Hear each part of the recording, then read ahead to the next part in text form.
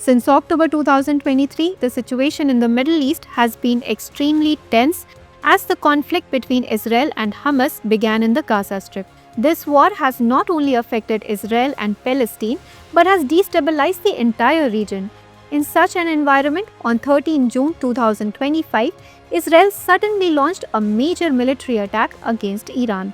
Israel claimed that this attack was necessary to stop Iran's nuclear program as it suspected that Iran was quietly advancing towards developing nuclear weapons.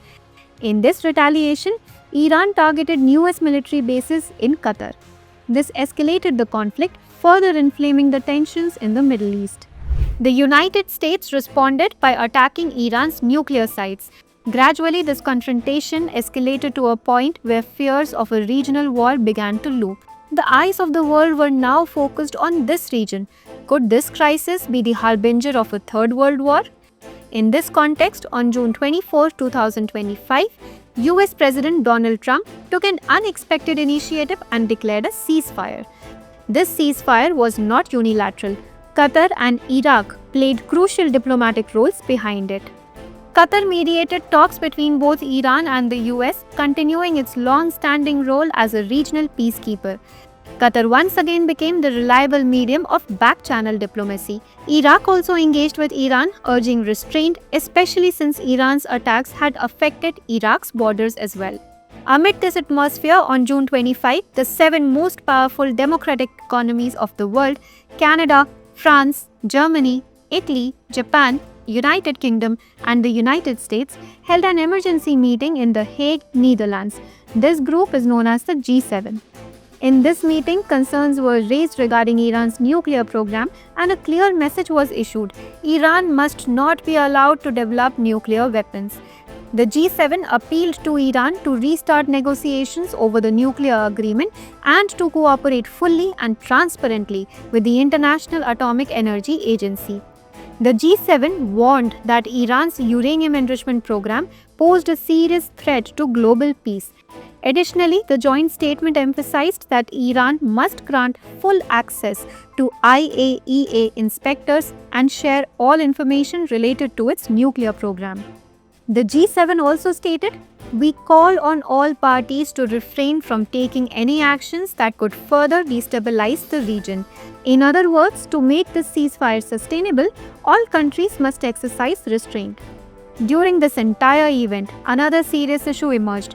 Rafael Grossi, the head of IAEA, was labeled Israel's agent by an Iranian extremist newspaper and demanded the death penalty against him.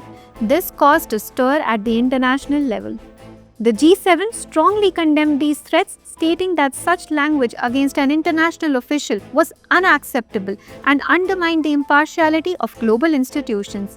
It is also important to note that on June 12, the IAEA's 35-member board declared for the first time in nearly 2 decades that Iran had violated the Nuclear Non-Proliferation Treaty rules. Now the question arises, where does India stand in this entire crisis?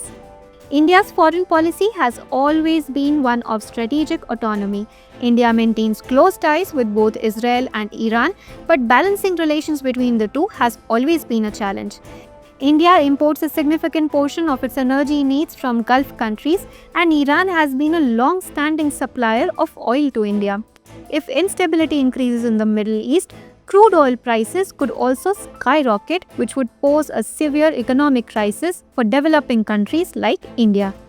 India and Iran have important projects like the Chabahar port, which is strategically crucial for connecting India to Afghanistan and Central Asia. If instability in Iran rises, these projects will be directly affected.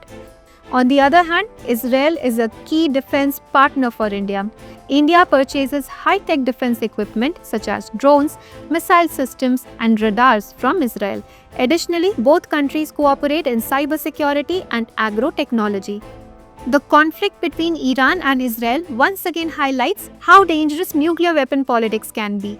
The G7's firm stance, the ceasefire initiative, and the role of international institutions, all these factors are reshaping a new diplomatic map. India cannot afford to remain a bystander in this entire episode. Energy, trade, strategy, and peace, every aspect is interconnected. India must not only protect its interests, but also play a balanced, mature, and active role in fostering global stability. So, viewers, we conclude our discussion here, and it's time for today's question. What role can India play in this conflict, and what should be its diplomatic policy in this regard? Please provide your answers in the comment section.